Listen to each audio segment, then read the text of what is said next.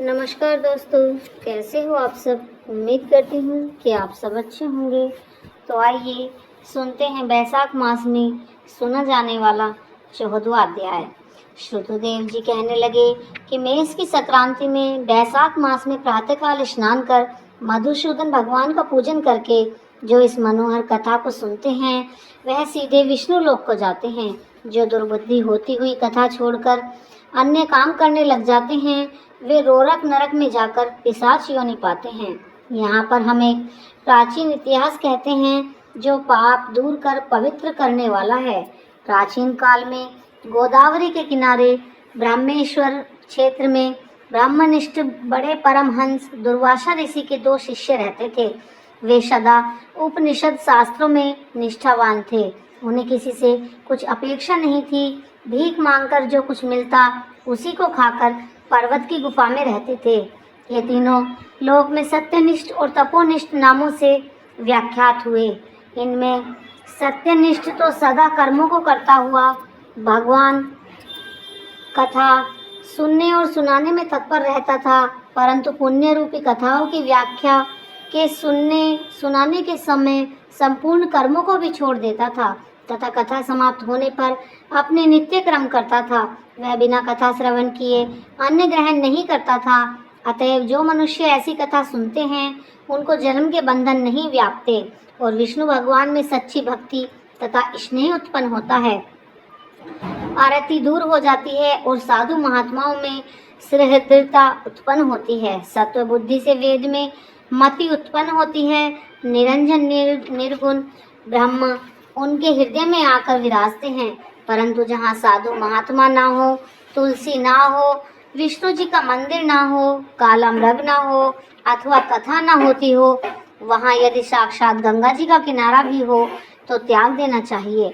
वहाँ का मरा हुआ प्राणी 100 जन्म तक कुकर योनि पाता है अथवा आंध्रता में स्त्री नरक में पड़ता है। ऐसा उपनिषद विचार कर वह मुनीश्वर सदा विष्णु की भक्ति और कथा श्रवण करने में तत्पर रहता था। मगर दूसरा जो तपोनिष्ठ था, न तो वे जिह्वा से विष्णु कथा कहता था और न कानों से सुनता था। तीर्थ स्थान करने जाता तो वहाँ होती हुई कथा भी तप में विघ्न न पड़ जाए इस डर से छोड़ देता था। श्रोता और वक्ता कोई भी उस कर्मनिष्ठ के निकट होकर गृह कार्य के लिए नहीं निकलता था। उस दुरात्मा ने दुर्बुद्धि से ऐसे ही समय बिताकर अपना शरीर छोड़ दिया। तब वह समी के वृक्ष पर छिन्न कर्ण नाम का महाबलवान पिशाच हुआ। आश्रयहीन क्षुधा से व्याकुल हो उसका कंठ, होष्ठ और तालु सूख गए। ऐसे ही अत्यंत दुखी हो अपने किए हुए कर्मों के ऊपर विचार करता हुआ वह उन्मत्त की तरह इधर उधर घूमता हुआ भटकता रहा। इस प्रकार 10 सहस्त्र वर्ष बीत गए। उसे अपना कोई रक्षक दिखाई नहीं देता। उस अकृत आत्मा की देह पर पवन अग्नि के समान लगता था, जल कलाग्नि के समान तुल्य और पुष्पादि विष के सदृश मालूम होते थे। इस प्रकार वह उस सुनसान वन में साधु संग तथा कथा से रहित स्थान में भटकता रहा। कदाचित देव योग से सत्यनिष्ठ पैठिनपुरी में आया। मार्ग में उसने क्षुधा से अत्यंत पीड़ित और दुखी छिन्न कर्ण नामक पिशाच को देखा। उसे देख मुनीश्वर कहने लगे, डर मत, तू कौन है? तेरी यह दशा कैसे हुई?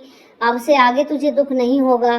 सत्यनिष्ठ के ऐसे आश्वासन देने पर छिन्न कर्ण अत्यंत व्याकुल हो कहने लगा कि हे प्रभु, मैं दुर्वासा ऋषि का शिष्य तपोनिष्ठ नाम का यति हूँ।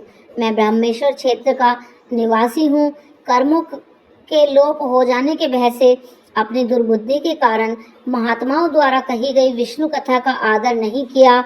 उसी कर्म के घोर परिणाम से मेरी मृत्यु हुई और मैं छिन्न कर्ण नामक पिशाच बनकर दुख से अत्यंत व्याकुल हुआ हूँ। आज मेरा भाग्य फिर गया। मेरे ऊपर सब देवता, गुरु तथा साधु संतुष्ट हैं। हरि भगवान मेरे ऊपर प्रसन्न हैं जो आपके दर्शन हुए। इस प्रकार छिन्न कर्ण त्राही त्राही करता हुआ चरणों में गिर पड़ा। महायशस्वी सत्यनिष्ठ ने उसे दोनों हाथों से उठाकर अपने सुकृत का पुण्य और वैशाख महात्म्य को क्षण भर सुनने का फल दिया, जिससे उसके पाप तत्काल दूर हो गए और पिशाच की योनि छोड़ दिव्य देह धारण कर महामुनि की परिक्रमा वह प्रणाम कर दिव्य विमान में बैठ विष्णु लोक को गया और सत्यनिष्ठ पैठीन सी पुरी को गया तथा बारंबार महात्म्य श्रवण की चिंता करने लगा। श्रुतदेव जी बोले, जहाँ शुभ फल देने वाली, सब लोगों के पाप दूर करने वाली विष्णु भगवान की कथा होती है, वहाँ सब तीर्थ और अनेक क्षेत्र आ जाते हैं तथा वहाँ के निवासियों को मुक्ति प्राप्त होती है, इसमें कोई संदेह नहीं है। इस प्रकार हमारा 14वां महात्म्य समाप्त हुआ। बोलिए श्री विष्णु भगवान की जय, कृष्ण भगवान की जय। तो आइए अब हम सुनते हैं वैशाख मास में सुनी जाने वाली मंगलवार की कथा।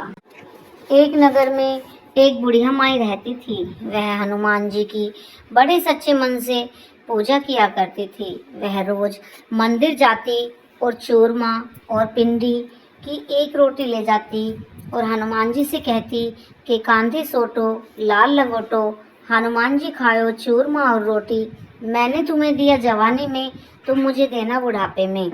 ऐसे ही वह प्रतिदिन मंदिर में जाकर हनुमान जी से कहती। जब पूजा करने के बाद घर आई तो वह बोली, उसकी बहू बोली कि सासू जी, तुम चूरमा रोटी लेकर रोज कहाँ जाती हो?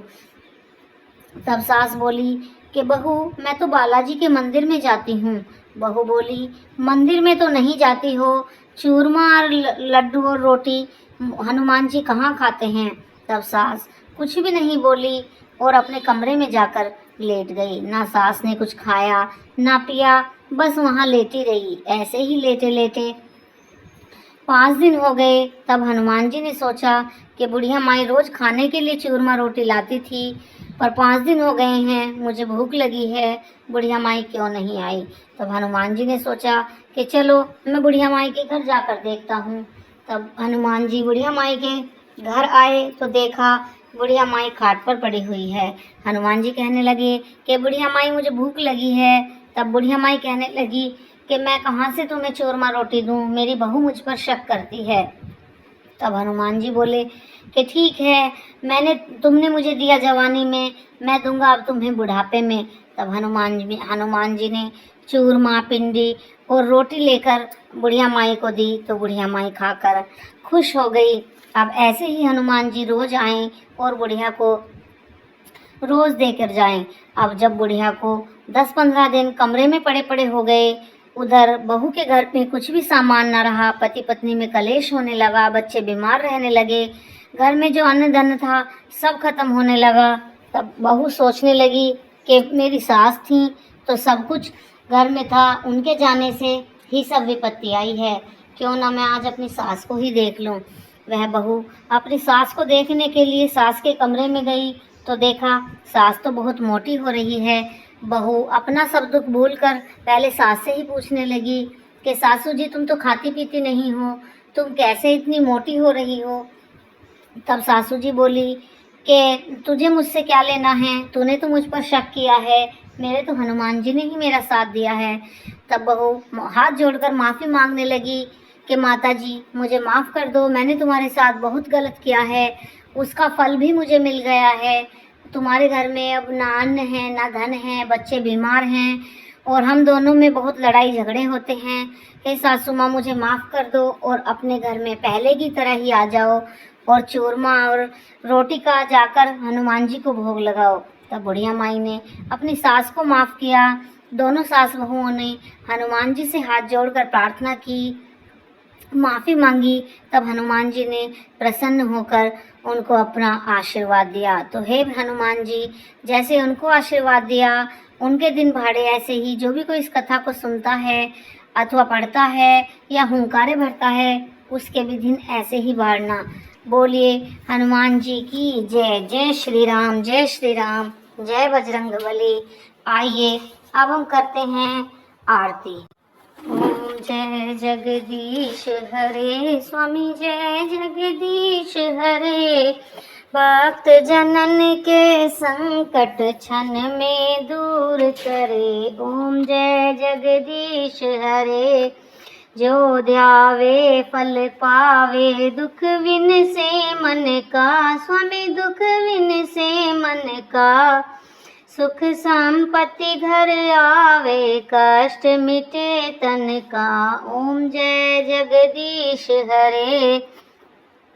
मात पिता तुम मेरे, शरण गहूँ मैं किसकी। स्वामी शरण गहूँ मैं किसकी।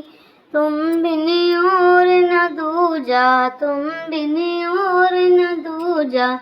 आस करूँ मैं जिसकी। ओम जय जगदीश हरे।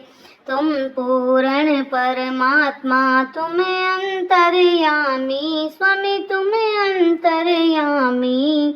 पार ब्रह्म परमेश्वर, तुम सबके स्वामी। ओम जय जगदीश हरे। तुम करुणा के सागर, तुम पालन करता। स्वामी तुम पालन करता। मैं मूरख खल कामी, मैं सेवक तुम स्वामी। कृपा करो भरता। ओम जय जगदीश हरे। तुम हो एक अगोचर, सबके प्राणपति। स्वामी सबके प्राणपति। किस विध मिलूं दया में, किस विधि मिलूं दया में। तुमको मैं कुमति। ओम जय जगदीश हरे।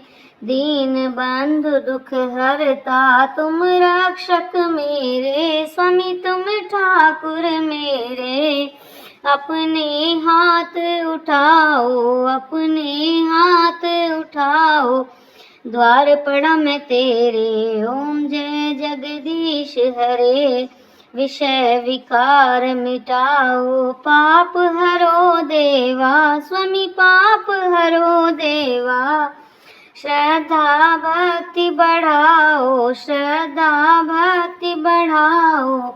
संतन की सेवा। ओम जय जगदीश हरे। श्री जगदीश जी की आरती जो कोई नर गावे। स्वामी प्रेम सहित गावे। कहत शिवानंद स्वामी, कहत हरि हर। में मनवांछित फल पावे। ओम जय जगदीश हरे। ओम जय जगदीश हरे। स्वामी जय जगदीश हरे। भक्त जनन के संकट क्षण में दूर करे।